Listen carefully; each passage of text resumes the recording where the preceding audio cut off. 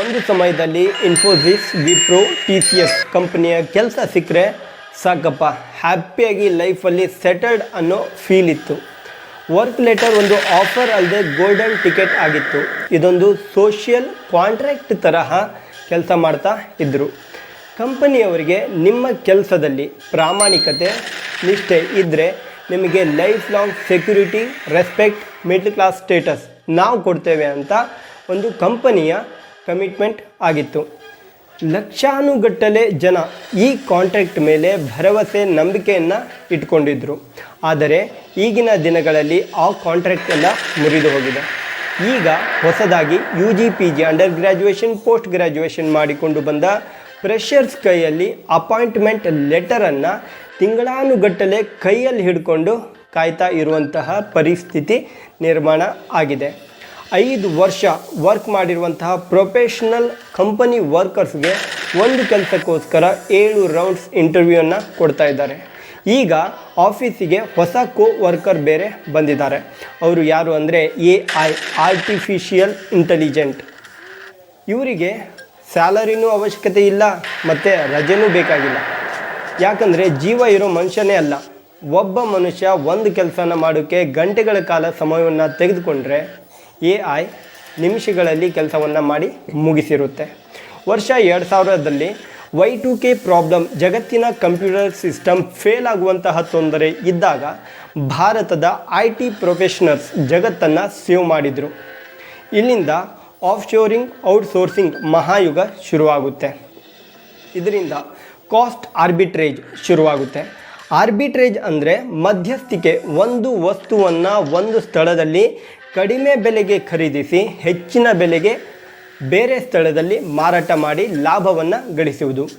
America, Europe ದೊಡ್ಡ ದೊಡ್ಡ ಕಂಪನಿಗಳ ಕೆಲಸವನ್ನು ಭಾರತದಲ್ಲಿರುವಂತಹ ಬುದ್ಧಿವಂತಿಕೆಯ ಜನರಿಂದ, ಅಂದರೆ ಕೌಶಲ್ಯಯುತ, ಚೆನ್ನಾಗಿ ಇಂಗ್ಲೀಷ್ನಲ್ಲಿ ಮಾತನಾಡುವವರಿಂದ ಕಡಿಮೆ ಸಂಬಳದಲ್ಲಿ ವರ್ಕನ್ನು ಮಾಡಿಸುವಂಥದ್ದು.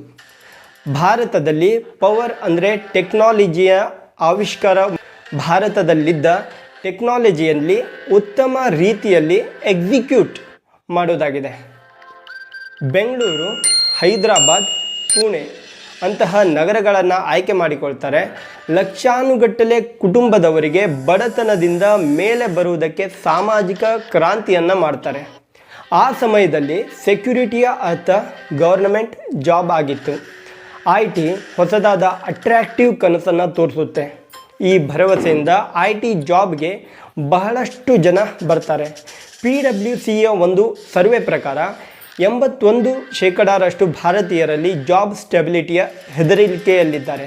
ಅಂದರೆ ಇದು ನಮಗೆ ಪಕ್ಕಾ ಸೆಟ್ ಆಗಿರುವಂತಹ ಜಾಬ್ ಅನ್ನುವ ನಂಬಿಕೆ ಕಳೆದು ಹೋಗ್ತಾ ಇದೆ, ಭರವಸೆ ಕಳೆದು ಹೋಗ್ತಾ ಇದೆ. ಈ ದೊಡ್ಡ ದೊಡ್ಡ ಕಂಪನಿಗಳಿಗೆ ಭಾರತೀಯರ ಟ್ಯಾಲೆಂಟ್ ಕಡಿಮೆ ಬೆಲೆಗೆ ಸಿಗ್ತಾ ಇದೆ. ಆದರೆ ಕೆಲಸ ಯಾವಾಗಲೂ ಚಾಲ್ತಿಯಲ್ಲೇ ಇರಬೇಕಾಗುತ್ತೆ. ಆದರೆ ಈಗ 2025ರಲ್ಲಿ ಇನ್ನಷ್ಟು ಕೆಲಸ ಹೋಗ್ತಾ ಇದೆ. AI ಒಂದೊಂದೇ ಕಬ್ಜಾ ಮಾಡಿಕೊಳ್ತಿದೆ. ಟೆಕ್ನಾಲಜಿ, AI ಕೆಲಸ ಒಂದೇ ಕಿತ್ಕೊಳ್ತಾ ಇಲ್ಲ. L1 support, manual testing, data entry, report generation, ಈ ಎಲ್ಲ ಕೆಲಸವನ್ನು ಹೊಸದಾಗಿ ಬಂದ ಲಕ್ಷಾನುಗಟ್ಟಲೆ ಗ್ರ್ಯಾಜುಯೇಷನ್ ಅವರಿಗೆ ಸಿಗ್ತಾ ಇತ್ತು. ಈಗ ಈ ಕೆಲಸವನ್ನು AI ಸೆಕೆಂಡ್ಸ್ಗಳಲ್ಲಿ ಮಾಡ್ತಾ ಇದೆ.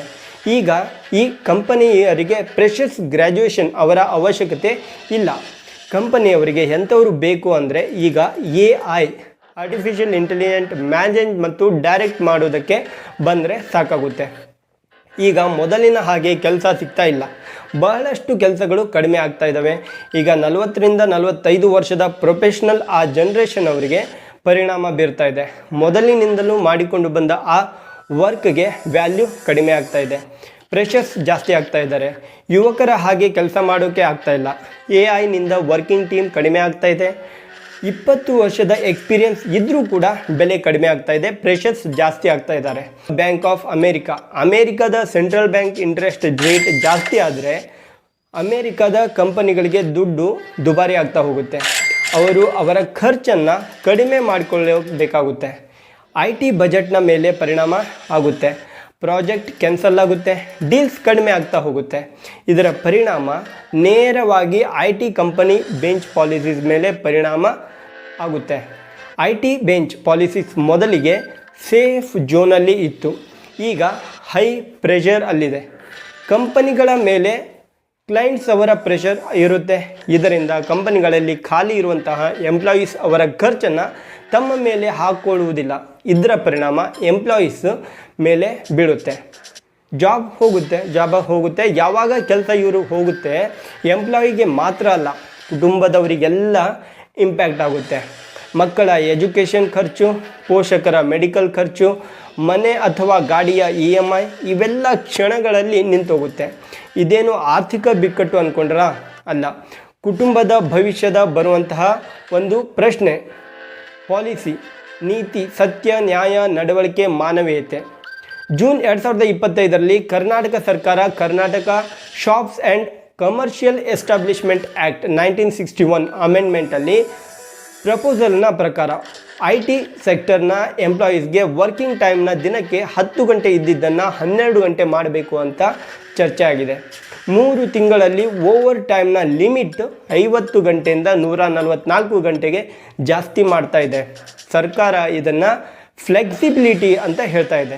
ಆದರೆ IT ಯೂನಿಯನ್ ಪ್ರಕಾರ ಇದು ಎಂಪ್ಲಾಯಿಯ ಬೇಸಿಕ್ ರೈಟ್ಸ್ನ ಮೇಲೆ ದಾಳಿ ಮಾಡುವ ರೀತಿ ಅಂತ ಹೇಳಿದ್ದಾರೆ. ವರ್ಕಿಂಗ್ನ ಟೈಮ್ಸ್ನ ನಾರ್ಮಲ್ ಆಗಿ 9 ಗಂಟೆಗೆ ತರುವ ಪ್ರಯತ್ನವನ್ನು ಮಾಡ್ತಾ ಇದ್ದಾರೆ. ಇದರ ಜೊತೆಗೆ ಸ್ಪೆಷಲ್ ಎಕನಾಮಿಕ್ ಝೋನ್ IT ಕಂಪನಿಗಳಿಗೆ ಸಿಗುವಂತಹ ಟ್ಯಾಕ್ಸ್ ಬೆನಿಫಿಟ್ ಅಂತ ಹಂತವಾಗಿ ಕಡಿಮೆ ಆಗ್ತಾ ಇದೆ. ಇದೆಲ್ಲದರ ಪರಿಣಾಮ ನೇರವಾಗಿ ಕಂಪನಿಯ ಕಾಸ್ಟ್ ಜಾಸ್ತಿ ಆಗ್ತಾ ಇದೆ.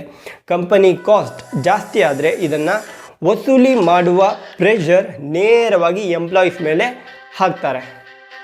ಬಹಳಷ್ಟು ಪರಿಶ್ರಮದಿಂದ ಒಂದು ಕಂಪನಿಯನ್ನು ಕಟ್ಟಿರ್ತಾರೆ.